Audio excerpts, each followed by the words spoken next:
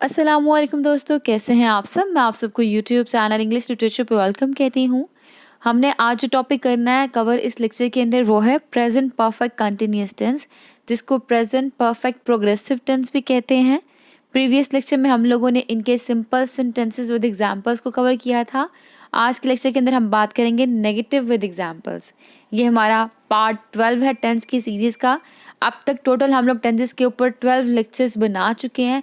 अगर आपने previous lectures नहीं सुने, मैं आपको रिकमेंड करूँगी कि आप वो सुन लें, ताकि आप जब सीक्वेंस के साथ वन बाय वन इन सब लेक्चर्स को सुनेंगे तो आपकी जो राइटिंग स्किल है वो काफ़ी स्ट्रॉन्ग हो जाएगी।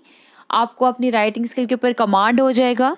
इवन मैंने उन टेंसेस के अंदर सब लेक्चर्स के अंदर कोई ना कोई ऐसे टिप्स, ऐसे पॉइंट्स, इंपॉर्टेंट पॉइंट्स बताए हैं जो कि आपकी राइटिंग स्किल के लिए काफ़ी हेल्पफुल रहेंगे, और इसके साथ साथ आपको टेंसेस के ऊपर भी अच्छे से ग्रिप हो जाएगी। क्लियर? तो लिंक आपको डिस्क्रिप्शन में मिल जाएगा। उस लिंक के ऊपर क्लिक करेंगे तो आपके स्क्रीन के ऊपर जो टेंसेस हैं उनकी प्लेलिस्ट ओपन हो जाएगी, जहाँ पे सीक्वेंस के साथ आपको सबके सब लेक्चर्स मिल जाएंगे। तो एनी हाउ, अब वक्त को ज़ाया किए बगैर जो हमारा आज का लेक्चर हम करते हैं शुरू, present perfect continuous tense negative with examples.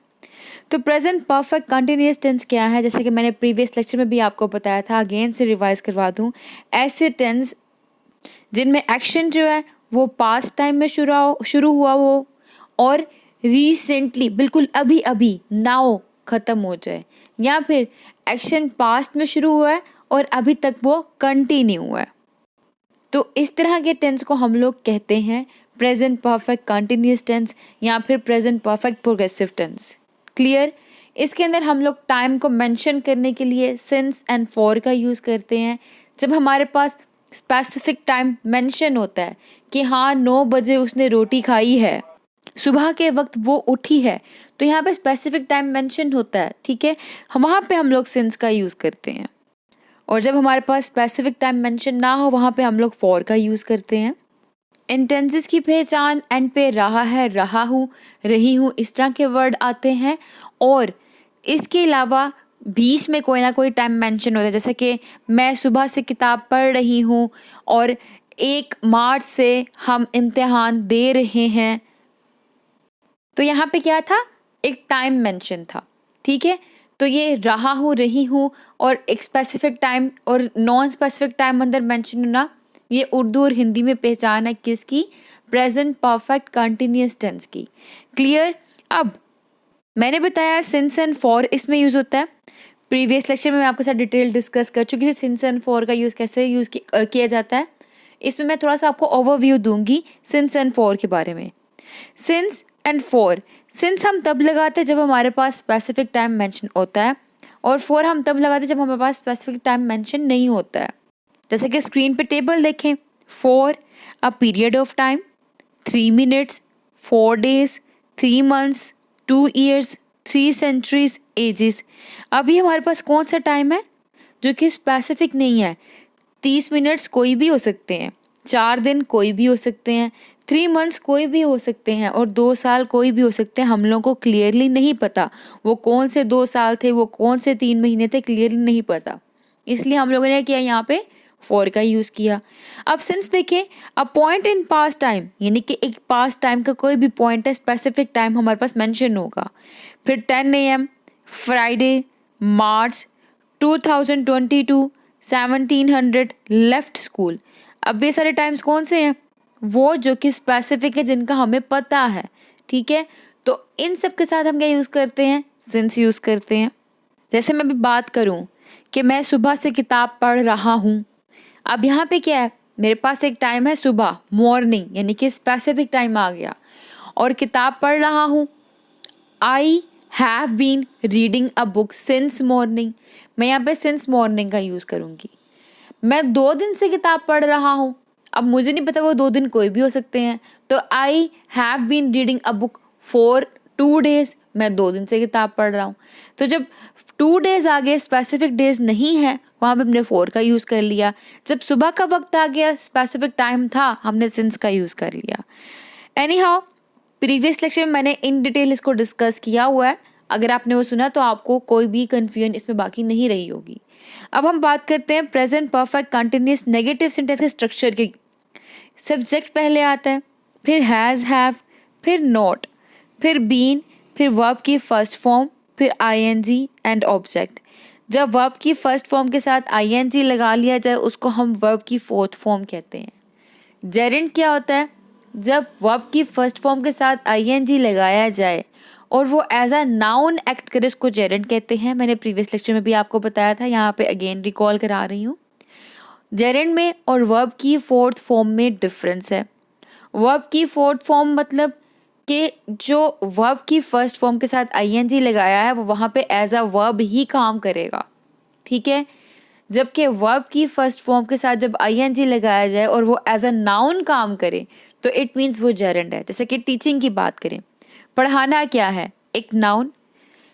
और अगर मैं इस नाउन को पढ़ाना क्या है? एक वर्ब, एक एक्शन है ना, पढ़ाना। शी इज टीचिंग, वो पढ़ा रही है। तो यहाँ पे क्या हो गया? टीच प्लस आईएनजी टीचिंग बन गया। वर्ब की first form plus ING teaching बन गया, मतलब यहाँ पे वो एज अ वर्ब काम कर रहा है। तो ये वर्ब की फोर्थ फॉर्म हो गई। अब मैं क्या दूँ? Teaching is a best profession. अब मैंने टीचिंग को वर्ब की जगह सब्जेक्ट के तौर पे यूज़ किया है। तो सब्जेक्ट मतलब नाउन के तौर पे यूज़ किया है और यहाँ पे टीचिंग हमारा एज अ नाउन एक्ट कर रहा है। तो जब हमारा जो जेरेंड है वो एज अ नाउन शो होता है, मतलब जब हमारा verb as a noun act करे उसको जेरेंड कहते हैं। मैंने आपको अगेन एंड अगेन काफ़ी वीडियोस में पॉइंट क्लियर किया हुआ है कि पढ़ाना एक अच्छा प्रोफेशन है। तो यहाँ पे पढ़ाना क्या हो गया? जेरेंड हो गया था, मैंने आपको क्लियर कर दिया। एनी हाउ, तो आपको डिफरेंस समझ लग गया वर्ब की फोर्थ फॉर्म एंड जेरेंड के अंदर। अच्छा, स्ट्रक्चर मैंने बता दिया आपको। अब इसके अलावा हम लोग ही, शी, इट के साथ हैज़ लगाते हैं। आई, वी, दे, यू के साथ हम लोग हैव यूज़ करते हैं। और हम बीन से पहले नोट का वर्ड यूज़ करते हैं, ठीक है। जैसे देखिए, we have not been singing, हम गाना नहीं गा रहे हैं। She has not been dancing, वो डांस नहीं कर रही है। I have not been writing, मैं लिख नहीं रहा हूँ। They have not been reading a book, वो एक किताब नहीं पढ़ रहे हैं। और ये सब काम कब शुरू हुए? ये सब काम पास्ट में शुरू हुए और अभी तक कंटिन्यू हुए, मतलब अभी तक भी सिचुएशन यही है। फिर उसके बाद देखिए, I have not been studying for 3 hours। अब हमारे पास क्या है? सिंस एंड फॉर का यूज़। हमारे पास 3 घंटे आ गए, वो 3 घंटे कोई से भी हो सकते हैं, हमें नहीं पता। दैट इज़ वाई हम लोगों ने यहाँ पे फॉर यूज़ किया। कहता है I have not been studying for 3 hours, मैं 3 घंटे से नहीं पढ़ रहा हूँ। I have not been watching TV since 7 PM। अब हमारे पास टाइम मेंशन था कि शाम के 7 बजे, तो कहता है सिंस 7 PM, मैं 7 बजे नहीं टीवी देख रहा हूँ। Tara has not been feeling well for 2 weeks। Tara 2 हफ्ते से अच्छा महसूस नहीं कर रही है। अब 2 हफ्ते थे, कोई से भी हो सकते हैं, that is why for use किया। हमारे पास क्लियरली मेंशन नहीं था वो 2 हफ्ते कौन से हैं। फिर है, Tara has not been visiting us since March. अब मंथ मेंशन था हमारे पास, इसलिए हम लोगों ने यहाँ पे सिंस यूज़ किया। नेक्स्ट एग्जाम्पल देखें, he has not been playing football for a long time. वो लंबे अरसे से फुटबॉल नहीं खेल रहा है। He has not been living in Bangkok since he left the school. अब उसने जब स्कूल छोड़ा, वो एक स्पेसिफिक टाइम था जब स्कूल छोड़ा, क्योंकि स्कूल एक स्पेसिफिक टाइम में ही छोड़ा जाता है। दैट इज़ वाई यहाँ पे सिंस यूज़ किया गया है। Julia has not been making a sponge cake. Julia जो स्पॉन्ज केक नहीं बना रही है। He has not been reading his favourite book. वो अपनी पसंदीदा किताब नहीं पढ़ रहा है। She has not been planting for 3 hours। वो 3 घंटे से प्लांटिंग नहीं कर रही है, पौधे नहीं लगा रही है। They have not been studying since morning. I have not been travelling. इसके अलावा एग्जाम्पल देखें, he has not been playing football for 2 hours. The child has not been studying since morning. She has not been kneading the floor. I have not been playing my favorite game. They have not been working in this office since last year. अब हमने इसमें क्या देखा? आई, we, they, you के साथ have use किया गया है।